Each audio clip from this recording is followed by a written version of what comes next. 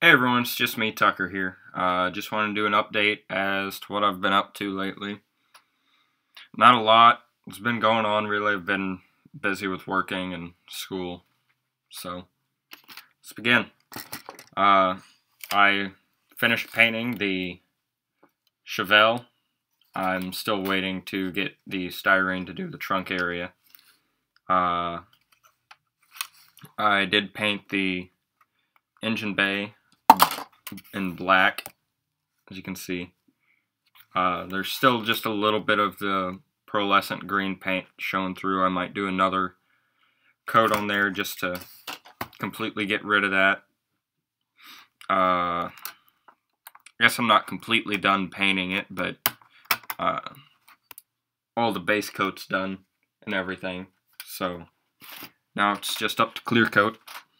I finished up the interior on it. I put the decals on the front dash and the rear dash panel. I painted the gauge cluster a little bit. Still haven't put the decals on there. This isn't in there all the way. It's not glued anyways. I also painted the center console and the area in front of the shifter boot area and the pedals as well, if you can see them down there. Yep. So that's the interior. Oh, and I also painted the back of the seats. Might get a picture of that if I can, whenever I completely finish this build of that interior. I finished the engine. I was going to paint the timing cover chrome silver with enamel paint from Testors because it actually looks kind of like chrome rather than the Tamiya chrome silver, which just looks like a more shiny aluminum. I didn't do anything special to the underside, just have the chrome pieces on there, and it's painted in flat black. Nothing special going on with it. So that's all with that. I started working on the Ferrari kit, and I'm actually going to put this away here soon because it's just a lot of work to put into a kit at one time. So it's just going to be a here and now kit that I do. This is the engine so far. I've also got the air intake done on it too. I painted the center area in chrome silver, the Tamiya brand, and then also these two spots here, since they're not correct onto the actual Ferrari engine, those should be I think they're mass airflow sensors, but instead on here they're just what looks to be some piping, like some flex tube piping. Also did just down the center there, and then the fill cap. That's all that I've done to that. Painted the valve covers up a little bit, the way they're supposed to be on the car, with the black center, and then the red around them. I don't think it'll pick it up, but I also did the bolts in black. Yeah, I don't think it's going to pick it up. But anyways, the bolts are in black on both sides. Might pick it up better on the other side. Yeah, there we go. Yeah, you can see it a little bit better on that side. There's one there, and then all across the bottom. They're on the top too. But yeah, that's all that I've really done with the Ferrari other than the base for it and the engine mounts. Everything else is still in the parts trees. So that's all with the Ferrari. I got some new kits from a guy on Craigslist that I bought them from. It's a fair amount of kits for the price that I got them for. A lot of older kits. First one being a 96 Chevy Corvette Grand Sport. It's unopened. It's all in the original packaging. It's from 95, I believe. Yeah, 95 is the year that this kit was made. All pieces are in this weird gray color. It looks like they'd already been primered, but that's just the plastic's actual color. I don't see any chrome pieces, but there are clear pieces, as you can see there. They're pretty rough, have some flashing on them. Altogether, they're clean. There's no scratches or anything, just a bunch of lint. Yeah, solid tires, real solid tires. They're not plastic. They're still rubber, but they're really firm rubber. Actually have black pieces as well. I'm not sure what they're for. It looks like reflector plates. And then just the red tail lights, and that's all with that kit. I've got two of these kits actually. One of them is completely opened and everything, and the other one is this one here, which hasn't been opened, other than the cellophane on the outside of it. Stick that right there. Yep, that's the other kit here. It's opened. Yeah, see, all pieces are there for this kit too. I actually opened this kit. All these kits were closed whenever I got them. Closed as in the bag still. The cellophane was off most of them. I got two of these kits as well. It's a 57 Chevy Corvette. Again, it's in this weird gray color. It doesn't really show up on there as gray, but it's in this offset gray color. It's close to white, but not quite. Yeah, it's got a fair amount of parts. Has plenty of chrome for this kit. Same again, it's real firm rubber tires.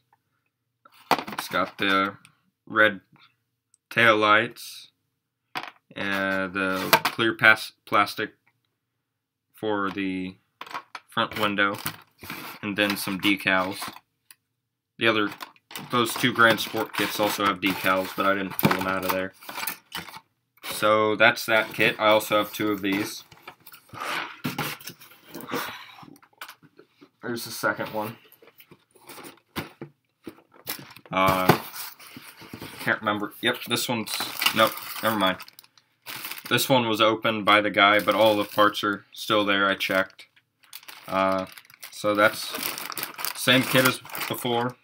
Like I said, I've got two of those. These come with a 283 cubic inch fuel injected engine, so it's a super small block, if you will, instead of just the regular 350 that we're all used to. Next kit is a 65 Ford Galaxy 500 XL.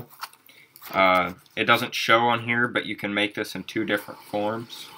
One of them is just what it says stock 427 cubic inch engine, and the other one says custom dual quad engine.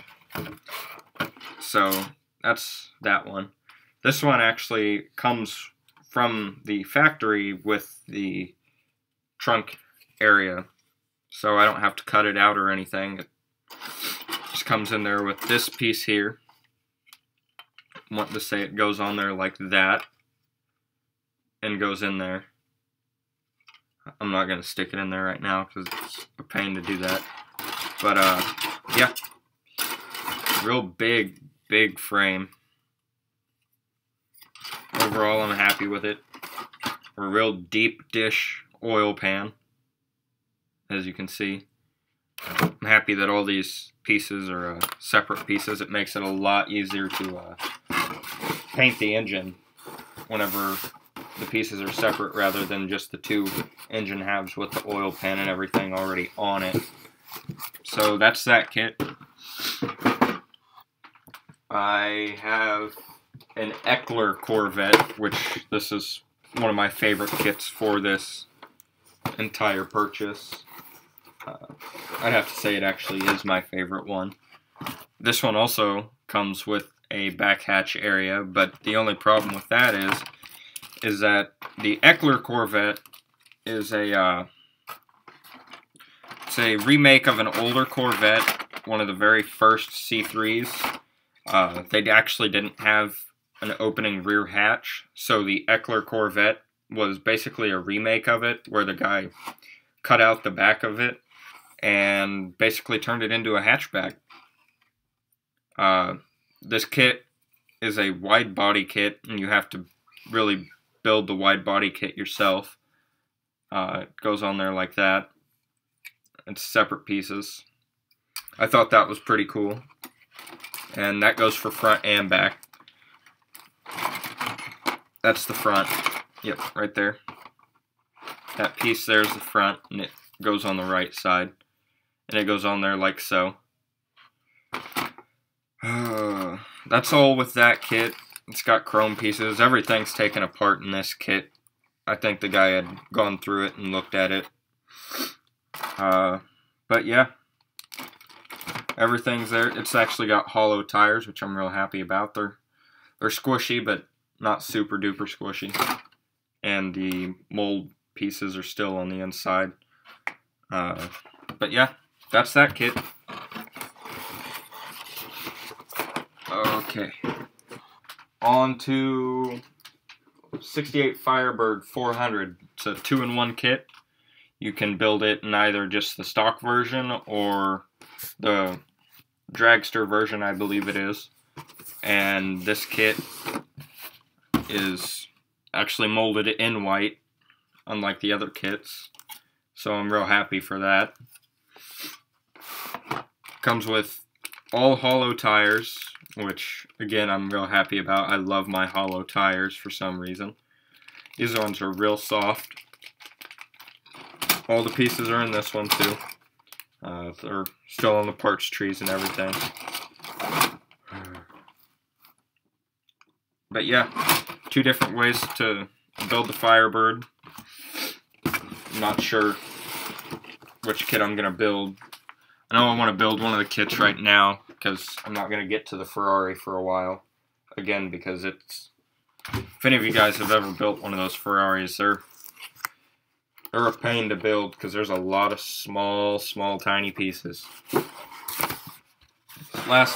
Second to last kit is a Hummer H2. It's the California Wheels edition. Doesn't have an opening hood on it, but I don't mind that. I just did it because it's got a big layout, and I actually work on the Hummers for the LS engines that are on them, which are the 6.0s. 364 cubic inch engine. Was actually thinking about building this one for my boss, since he's got several Hummers actually. But yeah, all the interior pieces are molded in gray. Exterior pieces are molded in black. It doesn't look like there's much to paint other than the body, really, because a lot of the interior detail is actually gray on Hummers. Even the interior platform is molded in gray. But yeah, that's the Hummer. If I can get that piece back in there.